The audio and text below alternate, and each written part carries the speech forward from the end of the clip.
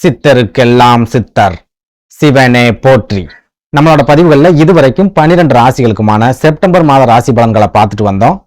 இனி வரக்கூடிய பதிவுகள்ல 12 ராசிகளுக்குமான செவ்வாய் பயிற்சி பலன்களை பார்க்க இருக்கிறோம்.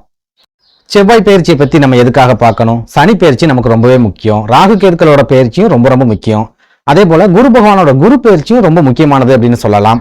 ஒரு சில நேரங்கள்ல சுக்கிர பகவானோட சுக்கிர பயிற்சிக்கும் நம்ம முக்கியத்துவம் கொடுக்கணும் அப்படின்னு சொல்லலாம். ஆனா இந்த செவ்வாய் பயிற்சிக்கு நம்ம எதுக்கு இவ்வளவு முக்கியத்துவம் கொடுக்கணும்? செவ்வாய் பகவானோட பயிற்சியால நம்ம வாழ்க்கையில என்ன மாற்றங்கள் வந்துட போகுது? எதுக்காக எல்லா ஜோதிடர்களும் தேவையில்லாம இந்த செவ்வாய் பயிற்சிக்கு இவ்வளவு முக்கியத்துவம் கொடுக்கறாங்க அப்படின்னு கேட்டீங்கன்னா, ஜோதிடத்தை பொறுத்த வரைக்கும் ராசி கட்டத்துல இருக்கிற 9 கிரகங்களோட சின்ன அசைவுகள் கூட நம்ம வாழ்க்கையில பெரிய மாற்றங்கள் அப்படிங்கறத கண்டிப்பா ஏற்படுத்தும். அதுலயும் முக்கியமா ஒரு சில கிரகங்களோட பயிற்சி ஒரு சில ராசிக்காரங்களுக்கு கோடீஸ்வர யோகத்தை ஏற்படுத்தி கொடுக்கும். நாட்டையே ஆளக்கூடிய அளவுக்கு ராஜ யோகத்தை ஏற்படுத்தி கொடுக்கும். ஒரு சில கிரகங்களோட பயிற்சி கோடீஸ்வரனா இருக்கிறவனை குப்பைமேட்ல தள்ளி அவன் வாழ்க்கையவே அழிச்சு விட்டுரும் அப்படிங்கறதையும் ஞாபகத்துல வச்சுக்கோங்க.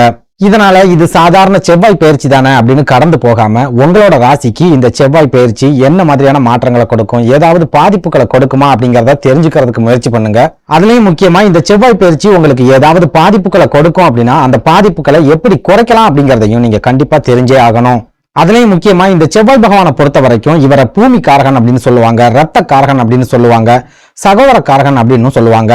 புரியுற மாதிரி சொல்லணும் அப்படின்னா, நீங்க சொந்தமா ஒரு கிரவுண்ட் இடம் வாங்கி வீடு கட்டணும் அப்படின்னு நினைச்சா கூட செவ்வாய் பகவான் பலமா இருந்தா மட்டும்தான் உங்களால வீட்டை கட்ட முடியும். ஒருவேளை உங்களோட ஜென்ம ஜாதகத்துல செவ்வாய் பகவான் பலம் இழந்து போய் இருக்காரு அப்படின்னா உங்களால சாகுற வரைக்கும் சொந்தமா நிலம் வாங்கி வீடு கட்டவே முடியாது. ஒருவேளை கடனை உடனே வாங்கி யாராவது ஹெல்ப் பண்றாங்க வீடு கட்டிட்டு அப்படின்னாலும் அந்த வீட்டுல உங்களால நிம்மதியா வாழவே முடியாது. அதே போல ஒரு சில ராசிக்காரங்களை எடுத்துக்கிட்டோம் அப்படின்னா அவங்களுக்கு நிறைய பூர்வீக சொத்துக்கள் இருக்கும். தாத்தாவோட பூர்வீக சொத்து, அப்பாவோட பூர்வீக சொத்து அப்படின்னு நிறைய சொத்துக்கள் இருக்கும். ஆனா அந்த சொத்துக்களை இவங்க அனுபவிக்கணும் அப்படின்னா செவ்வாய் பகவான் மனசு வச்சா மட்டும்தான் அந்த சொத்துக்களை இவங்களால அனுபவிக்க முடியும். இவங்களோட ஜென்ம ஜாதகத்துல எல்லா கிரகங்களும் ரொம்ப பலமா இருக்குது. ஆனா செவ்வாய் பகவான் மட்டும் கெட்டு போய் இருக்காரு அப்படின்னா பூர்வீக சொத்துக்களை இவங்களால அனுபவிக்கவே முடியாது. அதையும் மீறி இவங்க அந்த சொத்துக்களை அனுபவிக்கணும் அப்படின்னு நினைச்சாங்க கண்டிப்பா நீதிமன்ற வழக்குகள், கோர்ட்டு கேஸ் இந்த மாதிரியான அலைச்சல்களை கண்டிப்பா சந்திப்பாங்க. அதே போல செவ்வாய் பகவான் ரத்த காரகன் அப்படிங்கறதால ஒருத்தரோட ஜாதகத்துல செவ்வாய் பகவான் வலுவா இருக்காரு அப்படின்னா அவங்க மருத்துவர் ஆகக்கூடிய யோகத்தை செவ்வாய் பகவான் ஏற்படுத்தி கொடுப்பார். மிகச்சிறந்த அறுவை சிகிச்சை நிபுணராக ஆகக்கூடிய யோகத்தையும் செவ்வாய் பகவான் ஏற்படுத்தி கொடுப்பார். அதுவே ஒருத்தரோட ஜாதகத்துல செவ்வாய் பகவான் பலம் இழந்து பாவ கிரகங்களோட பார்வையில இருக்காரு அப்படின்னா அந்த ஜாதகருக்கு தொடர்ச்சியான ரத்த காயங்கள் அப்படிங்கறத கொடுத்துக்கிட்டே இருப்பார். திடீர் விபத்துக்கள் அப்படிங்கறத கொடுத்துக்கிட்டே இருப்பார். ரத்த கொதிப்பு, ரத்தம் சம்பந்தமான வியாதிகள், ரத்த சோகை இந்த மாதிரியான பாதிப்புகளையும் ஜாதகருக்கு கொடுப்பார். ஒரு சில நேரங்கள்ல உங்க குடும்பத்துல அகால மரணங்கள் நடக்கிறதுக்கு கூட செவ்வாய் பகவான் தான் காரணமா இருப்பாரு அப்படிங்கறதையும் ஞாபகத்துல வச்சுக்கோங்க. அதே போல இந்த செவ்வாய் பகவான் சகோதர காரகன் அப்படிங்கறதால செவ்வாய் பகவான் ஒரு ஜாதகத்துல வலுவா இருக்காரு அப்படின்னா சகோதரர்கள் மூலமா நல்ல விதமான உதவிகள் அந்த ஜாதகருக்கு கிடைக்கும். அந்த ஜாதகருக்கு ஏதாவது பிரச்சனைகள் வருது அப்படின்னா சொந்த பந்தங்கள் வந்து நிக்கிறதுக்கு முன்னாடியே சகோதரர்கள் வந்து நிப்பாங்க. செவ்வாய் பகவான் பலமா இருக்கிற ஒரு சில ஜாதகர்கள் தங்களோட சகோதரர்கள் மூலமாகவே வாழ்க்கையில பெரிய அளவிலான முன்னேற்றத்தையும் அடைவாங்க. அதுவே ஒருத்தரோட ஜென்ம ஜாதகத்துல செவ்வாய் பகவான் பலம் இழந்து போய் இருக்கிறாரு அப்படின்னா அவங்களுக்கு சகோதரர்கள் மூலமா எந்த வகையிலும் லாபங்கள் அப்படிங்கிறது இருக்காது. பெரும்பாலான நேரங்கள்ல சகோதரர்கள் மூலமாவே பிரச்சனைகளையும் நெருக்கடிகளையும் சந்திப்பாங்க. ஒரு சிலருக்கு சகோதரர்கள் கூட பெரிய அளவிலான சண்டை சச்சரவுகள் ஏற்பட்டு குடும்பம் பிரிஞ்சு போகக்கூடிய ஒரு சூழல் கூட ஏற்படும். இதெல்லாம் விட முக்கியமா ஒருத்தரோட ஜாதகத்துல செவ்வாய் பகவான் கெட்டு போய் இருக்கிறாரு அப்படின்னா அவங்களுக்கு எத்தனை சகோதரர்கள் இருந்தாலும் சரி ஆபத்தான காலங்கள்ல அவங்க மூலமா ஒரு நயா பைசா அளவுக்கு கூட இவங்களுக்கு உதவிகள் அப்படிங்கிறது கிடைக்காது. சகோதரர்கள் எல்லாருமே இவங்க கிட்ட இருந்து எதையாவது புடுங்க முடியுமா அப்படின்னு தான் முயற்சி பண்ணுவாங்க. அவங்க மூலமா இவங்களுக்கு ஒரு பைசா கூட பிரயோஜனம் அப்படிங்கிறது இருக்காது. இதனால நீங்க எந்த ராசியை சேர்ந்தவங்களா இருந்தாலும் சரி சாதாரண செவ்வாய் பயிற்சி அப்படின்னு நினைச்சு இந்த செவ்வாய் பயிற்சியை கடந்து போக நினைக்காதீங்க. குரு பயிற்சிக்கும் சனி பயிற்சிக்கும் ராகு கேதுக்களோட பயிற்சிக்கும் எந்த அளவுக்கு முக்கியத்துவம் கொடுக்குறீங்களோ அதே அளவுக்கான முக்கியத்துவத்தை இந்த செவ்வாய் பயிற்சிக்கு நீங்க கண்டிப்பா கொடுக்கணும். இந்த செவ்வாய் பயிற்சி அடுத்து வரக்கூடிய 55 நாட்களுக்கும் உங்க வாழ்க்கையில என்ன மாதிரியான தாக்கங்களை ஏற்படுத்தும் அப்படிங்கறதையும் நீங்க கண்டிப்பா தெரிஞ்சுக்கணும். அதுலயும் முக்கியமா சிம்மராசிக்காரங்களை பொறுத்த வரைக்கும் உங்களோட சுகஸ்தானம் அப்படின்னு சொல்லப்படுற 4வது வீட்டுக்கும் யோகஸ்தானம் அப்படின்னு சொல்லப்படுற 9வது வீட்டுக்கும் செவ்வாய் பகவான் தான் அதிபதியா இருக்காரு அப்படிங்கறதால அவரோட சின்ன அசைவுகள் கூட உங்க வாழ்க்கையில பெரிய அளவிலான மாற்றங்களை கண்டிப்பா ஏற்படுத்தும். அதனால சிம்மராசிக்காரங்க இந்த செவ்வாய் பயிற்சி காலகட்டத்துல நம்ம என்னென்ன விஷயங்களை செய்யலாம், என்னென்ன விஷயங்களை செய்யவே கூடாது அப்படிங்கறத கண்டிப்பா தெரிஞ்சுக்கணும். அப்படி தெரிஞ்சுக்கிட்டு அதுக்கு தகுந்த மாதிரி உங்க வாழ்க்கையில ஒரு சில மாற்றங்களை செஞ்சுக்கிட்டீங்க அப்படின்னா இந்த செவ்வாய் பயிற்சி காலகட்டத்துல ஒரு சில எதிர்பாராத யோகங்கள் உங்களுக்கு கிடைக்கும் அப்படின்னு சொல்லலாம். அதாவது இதனால் வரைக்கும் உங்களோட தொழில் ஸ்தானம் அப்படின்னு சொல்லப்படுற ரிஷப ராசியில குரு பகவானோட இணைஞ்சு உட்கார்ந்திருந்த செவ்வாய் பகவான் இந்த ஆகஸ்ட் 26ஆம் தேதிக்கு அப்புறமா குரு பகவானை விட்டு விலகி உங்களோட லாபஸ்தானம் அப்படின்னு சொல்லப்படுற மிதுன ராசியில சஞ்சாரம் பண்றார். செவ்வாய் பகவானோட இந்த பயிற்சி சிம்மராசிக்காரங்களுக்கு முழுக்க முழுக்க யோகங்களை கொடுக்கும், நிறைய எதிர்பாராத வாய்ப்புகளை உருவாக்கி கொடுக்கும், நிறைய பிளஸ் பாயிண்ட்களையும் ஏற்படுத்தி கொடுக்கும் அப்படின்னு சொல்லலாம்.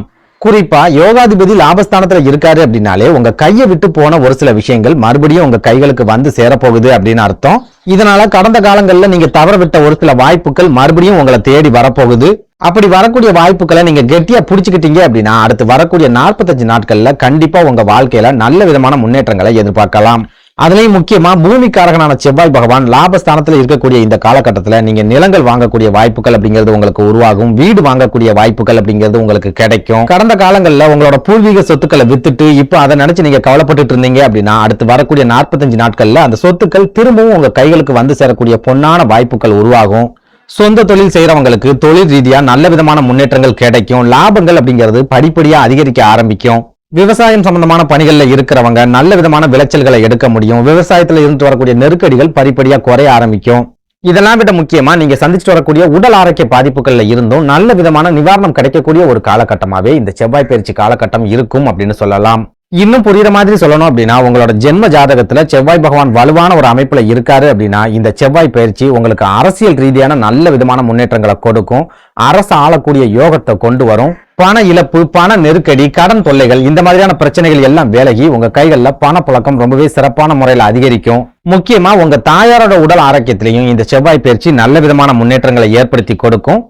ஒரு சில சிம்மராசி அன்பர்களுக்கு தாய் வழி உறவுகள் மூலமா நல்ல விதமான உதவிகள் கிடைக்கக்கூடிய ஒரு காலகட்டமாகவும் இந்த செவ்வாய் பயிற்சி காலகட்டம் இருக்கும் அப்படின்னு சொல்லலாம்.